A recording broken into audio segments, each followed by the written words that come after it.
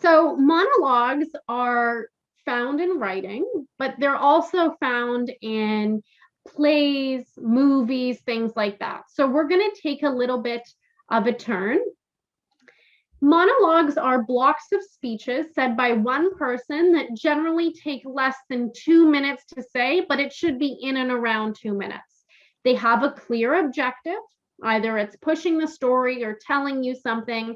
They have a beginning and a middle and an end, and they usually contain some form of conflict that's happening in the story, and it addresses that. So there's lots of different monologues, and what you'll do is you're going to take one and you're going to become that character and you'll present it from there. Now, when it's like acting.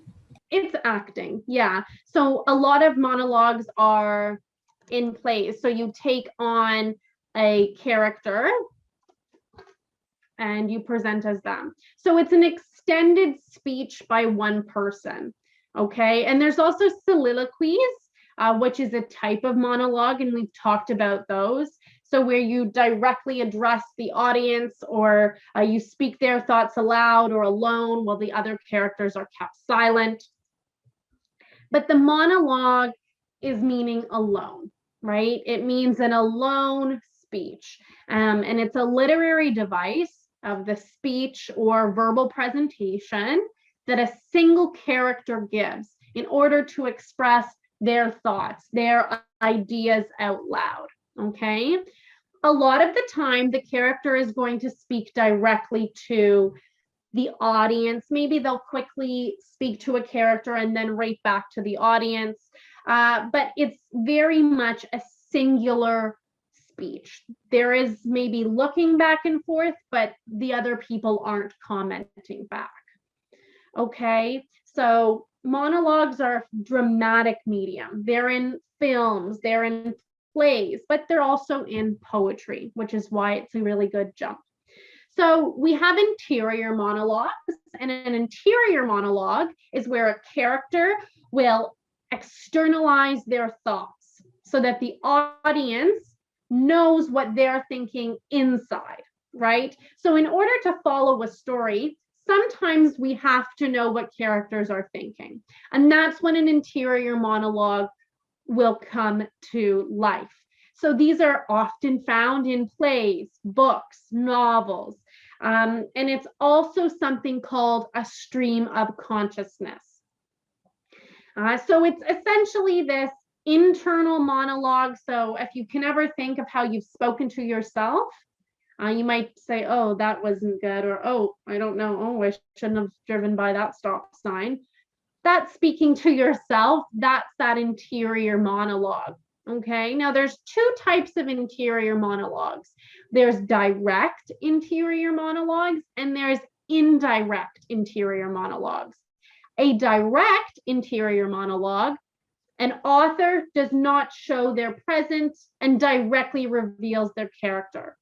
In an indirect interior monologue, an author appears as a commenter or a guide or a presenter or as a selector. And we'll get a little bit more into what that means. The second type of monologue is called a dramatic monologue. And in this type of monologue, a character speaks to the silent listener.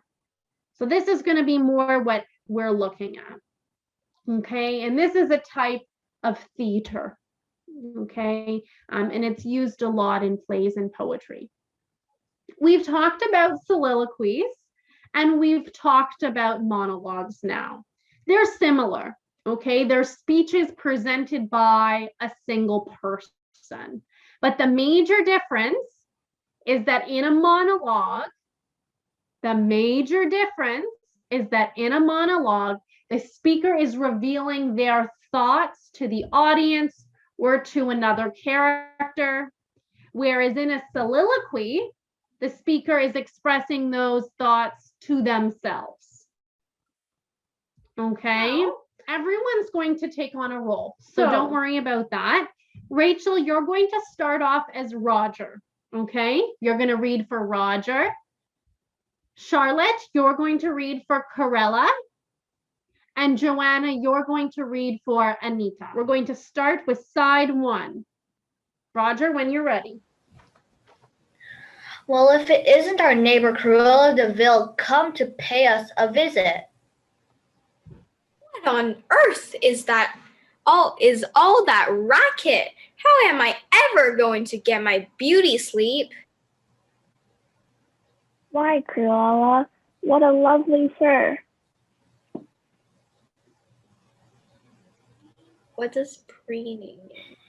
Oh, you like it. It means that you're almost crying. You're loving what's happening. It's the way in which you say it. We'll go over the indicators in a minute. Just do a read through right now. Do you like it? It's a genuine one of a kind and costs oodles of pounds. Now I have nearly completed my collection of every kind of fur coat in the entire world. It's lovely, and I'm terribly sorry about the noise. The puppies mean no harm.